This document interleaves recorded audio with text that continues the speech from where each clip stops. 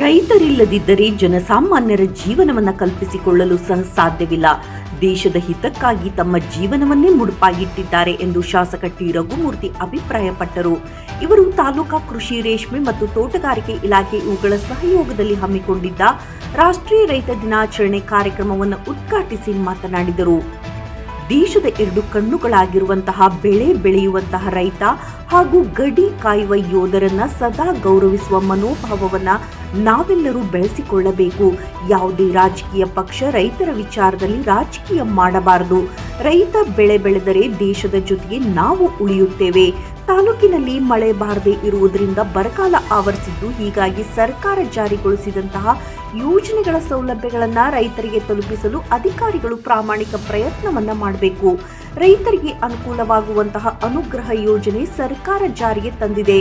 ಸಹಕಾರಿ ಬ್ಯಾಂಕುಗಳಲ್ಲಿ ದೊರೆಯುವ ಸಾಲ ಸೌಲಭ್ಯವನ್ನು ರೈತರು ಸದ್ಬಳಕೆ ಮಾಡಿಕೊಂಡು ಕೃಷಿ ಅಧಿಕಾರಿಗಳ ಸಹಾಯದಿಂದ ಉತ್ತಮ ಬೆಳೆ ಬೆಳೆಯುವತ್ತ ಗಮನವನ್ನು ಹರಿಸಬೇಕು.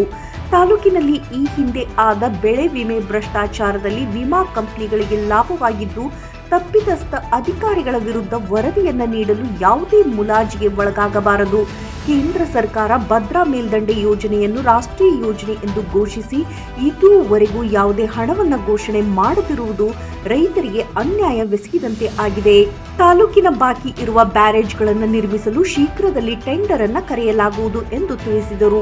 ರಾಜ್ಯ ರೈತ ಸಂಘದ ಉಪಾಧ್ಯಕ್ಷ ಕೆಪಿ ಭೂತಯ್ಯ ಮಾತನಾಡಿ, ರೈತರ ಶ್ರಮಕ್ಕೆ ತಕ್ಕ ಪ್ರತಿಫಲ ದೊರೆಯುತ್ತಿಲ್ಲ. ರೈತ ಬೆಳೆದ ಅನ್ನವನ್ನ ತಿಂದು ದೇಶದ 130 ಕೋಟಿ ಜನ ನೆಮ್ಮದಿಯ ನಿದ್ದೆಯನ್ನ ಮಾಡುತ್ತಿದ್ದಾರೆ. ರಾಸಾಯನಿಕ ಗೊಬ್ಬರಗಳಿಂದ ಭೂಮಿ ವಿಷವಾಗಿ ಬೆಳೆ ಬೆಳೆಯಲು ರೈತ ಕಷ್ಟಪಡುವಂತಾಗಿದೆ. ರೈತರ ಹೆಸರನ್ನ ಹೇಳಿ ಅಧಿಕಾರಕ್ಕೆ ಬರುವ ಸರ್ಕಾರಗಳು ರೈತರ ಸಮಸ್ಯೆಗಳನ್ನ ಬಗೆಹರಿಸುವಲ್ಲಿ ವಿಫಲವಾಗುತ್ತಿವೆ. ಇಂದಿನ ಜನಪ್ರತಿನಿಧಿಗಳು ಚೌಧರಿ ಚರಣ್ ಸಿಂಗ್ ರವರ ರೈತ ಬದ್ಧತೆಯ ಕಾಳಜಿಗಳನ್ನು ಅಳವಡಿಸಿಕೊಳ್ಳುವುದು ಬಹು ಮುಖ್ಯವಾಗಿದೆ ಎಂದರು. ಈ ಸಂದರ್ಭದಲ್ಲಿ ಕಾರ್ಮಿಕ ಸಂಘಟನೆಯ ಜಿಲ್ಲಾ ಮುಖಂಡ ದೊಡ್ಡ ಅಳ್ಳಾರ್ತಿ ಕರಿಯಣ್ಣ, ಕೃಷಿ ಇಲಾಖೆ ಉಪನಿರ್ದೇಶಕ ಬಿ ಮಂಜುನಾಥ್ ಪ್ರಾಸ್ತಾವಿಕವಾಗಿ ಮಾತನಾಡಿದರು. ತೋಟಗಾರಿಕೆ ಕೃಷಿಯಲ್ಲಿ ಸಾಧನೆ ಮಾಡಿದ ರೈತರನ್ನ ಸನ್ಮಾನಿಸಲಾಯಿತು.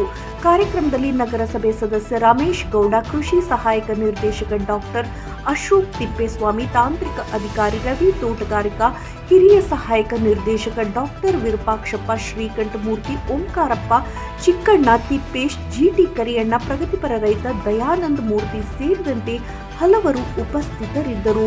ಮೋನಿಶಾಚಾರ್, NKS TV4 ಚಳ್ಳಕೆರೆ.